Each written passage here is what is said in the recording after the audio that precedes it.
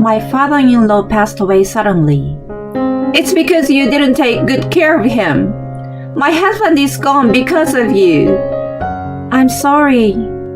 Apologizing won't bring him back. You're going to pay for this. Large drops of tears are falling out of my mother-in-law's eyes. It's such a deliberate and exaggerated act on her part.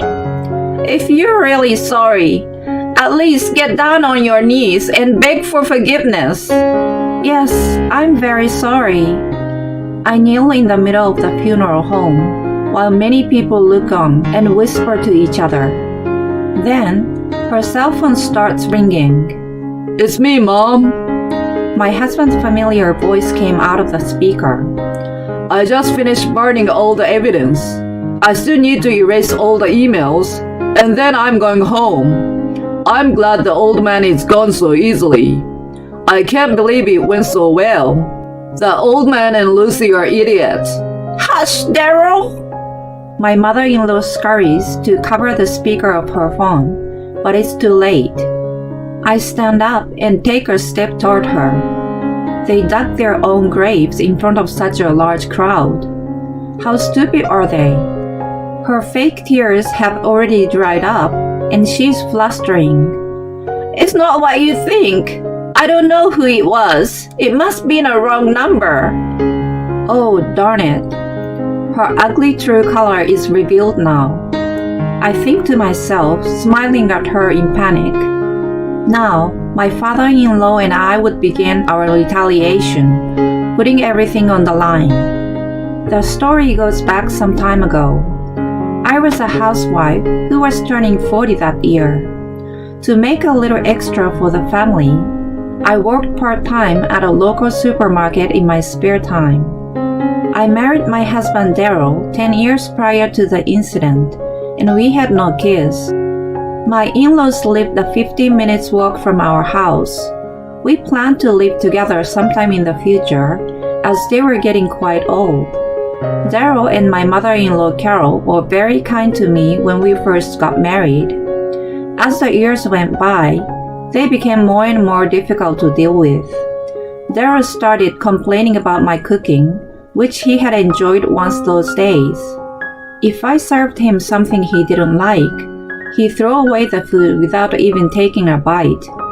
He also looked for places that had not been cleaned well and scolded me. Carol came over every day to criticize me for everything.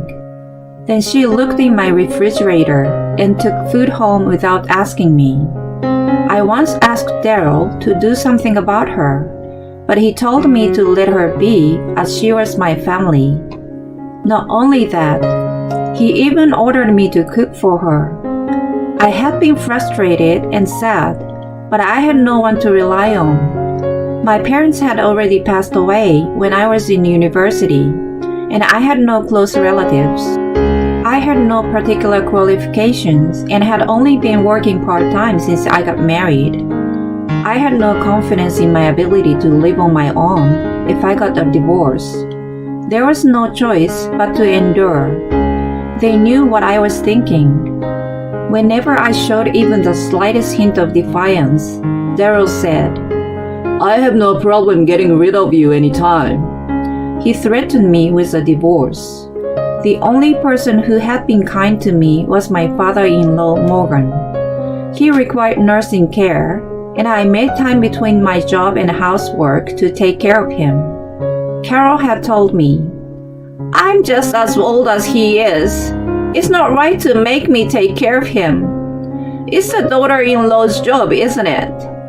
You are part of the family, so you should at least help us.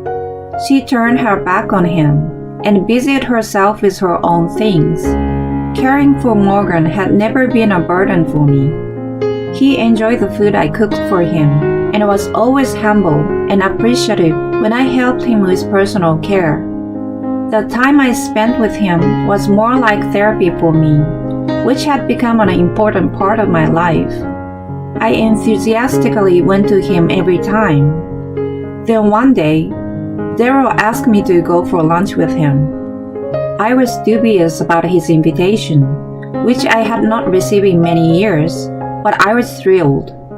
He said that Carol was watching Morgan, so I went out. It turned out to be a bad idea. I should never have gone out, no matter what Daryl said. While I was out, Morgan suddenly passed away. I was completely stunned, but there was no time to grieve. Daryl and Carol put all the blame on me. It's because you haven't been taking good care of him. That's right. If you had taken care of him every day, none of this would have happened. We left him in church, but what have you been doing? How could he have died so suddenly? How terrible! I was repeatedly scolded by them. Besides, they refused to go through the hassle of preparing for the funeral, etc., and I ended up taking care of all the formalities. On the day of the funeral, Morgan used to own a small business and volunteered in the community before, so a lot of his business connections and acquaintances gathered at the funeral home. They all expressed their regret for him, and many were in tears. I watched them as if I were dreaming. Then suddenly, Carol's phone started ringing loudly. In the quiet funeral home, it echoed uncomfortably. Carol panicked and pressed the speaker button by mistake. The ringing stopped, but now the caller's voice came out at high volume. The sound was very familiar to me. It was Daryl. He said there was a job he could not hold off and went on business trip, ignoring his father's funeral. Hello, Mom. It's me. Wait, Daryl, What? I'm destroying the evidence now. It's all going well. Hey, wait! Lucy is not so bright. She has no idea. We will split the $200K insurance money as promised. I'm going to head back to you soon. The family members and the attendees started demanding explanations and closing in on her. The relatives called Daryl, who was supposedly on a business trip, and asked him to come to the funeral home right away. At first, they were evasive, saying they knew nothing about it. However, the angry relatives were so fierce that they were forced to come clean about their plan. Morgan was feeling a little under the weather a few days before his death. It was only a little cold and nothing serious. The doctor even said he was going to get better as long as he ate and slept well. It was something that would heal quickly if he was well taken care of. In fact, he was getting better little by little after taking the prescribed medicines. Daryl and Carol had noticed that he was not well. Daryl lured me out so that I wouldn't have to take care of him and hoped that he would fade away. It was all for the insurance money. It was Carol who came up with the idea, and the two of them had been emailing about their plan. They planned to blame me for not taking good care of Morgan and just taking the money. Daryl used the business trip as an excuse and was actually busy burning the medications and notes I kept on Morgan's condition every day and erasing all the emails correspondences. When I finished hearing their story, I was burning with anger. Morgan was gone just because of their greed. I managed to calm myself and walked up to them. In fact, I had known the exchange between them. I looked into Daryl's phone that was left in the living room once. I honestly had no intention of doing so, but I was bothered by the non-stop beeping of incoming mail. I just wanted to pass it to him when I accidentally tapped the screen and saw the contents. To say that I was shocked was an understatement. I couldn't believe they were planning such an atrocity for money. I kept my composure and immediately consulted Morgan. After talking it over, we both agreed that there would surely come a day when they would not allow me to take care of him. We decided to hire a helper whom I knew, just in case that day came. On the days when I could not visit him, I would ask her to take over. She was supposed to visit him on the day I went out for lunch. I was told later that she did come, however. He doesn't need a helper. I would never let a stranger come into our house. She was yelled at by Carol and was turned away. She had no choice but to leave without checking on him. During the discussion with him, we came up with a few ideas. I decided to record him in case none of them worked. I grabbed the voice recorder and stood in front of Daryl and Carol. They looked away from me as if I was sore in their eyes. I had known what they were planning, but I'd been hoping it was all a joke. When I actually heard the two of them talk about it, my brain started to boil from shock and anger. They seemed to be feeling more uncomfortable rather than guilty, which infuriated me even more. What the hell do you want? I have a message for you from Morgan. What message? Ignoring the confused look on Daryl and Carol, I pressed the play button on the voice recorder. Morgan coughed a few times and then slowly begins to speak. The fact that you are hearing this means that the plan worked out the way you wanted to.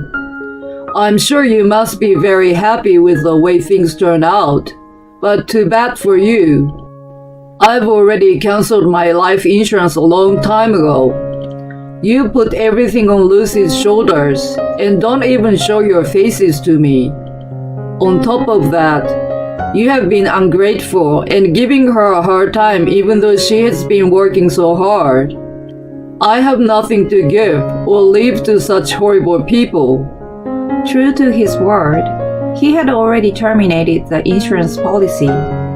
No matter how many times I asked him if he was sure, he said, "Don't worry."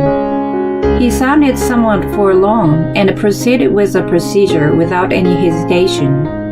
So that's that. He knew about your plan. The insurance has been canceled for a long time now. There's no such thing as insurance money. No way! You're lying! You just made him say those things. Yeah, it's all your lies, isn't it? Believe it or not, it's up to you. You can contact that insurance company, but even if he kept the contract, I doubt that you will receive the money after you've spoken about the plan so much. They looked at each other in surprise. By the way, I recorded what you two said earlier. After committing such a sin, I hope you are going to tell me again that I should forgive you guys. They hung their heads down in silence, as if they had given up. I called the police, and they were taken away without resistance. I was quite busy sorting out the remaining matters of Morgan, and with the police interviews after that. Daryl and Carol had avoided criminal charges. However, their atrocity had been circulated in various circles, and they were shamed everywhere they went. Daryl was told by his boss that his presence would affect the company's reputation, and was removed from the project he had been overseeing. Although it was in the form of voluntary resignation, he was eventually fired. He has been having a hard time finding a new job because of his reputation. Carol has also been distanced from her circle of friends, and the neighbors have pressured her to move out. She has been denied a renewal of her rental agreement and has been forced to relocate. I filed for a divorce immediately after the funeral. I wasn't able to come to terms with it for a long time, but after the incident and what Morgan left with me, I finally made up my mind. There was another message from him on the voice recorder. It was addressed to me, which I did not find until after the funeral. Dearest Lucy, thank you so much for everything you have done for me. I sincerely apologize that they have forced such a big responsibility on you to take care of me. But since I haven't been able to go out, I really look forward to spending time with you. I am blessed that such a kind person like you became part of my family. I have nothing but gratitude. I am so sorry that I could not protect you from them. You can go anywhere and live any way you want. So don't give up. I want you to choose a path that will allow you to live your life with a smile on your face. Such was the message. It made me burst into tears. He was right. I was tired of my life, and before I knew it, I had given up. I was convinced that it was the only way. Morgan was right about choosing my way. Without Daryl, and even all alone, I could continue living. I wanted to fulfill his last wish. I immediately filed for divorce and moved out of the house.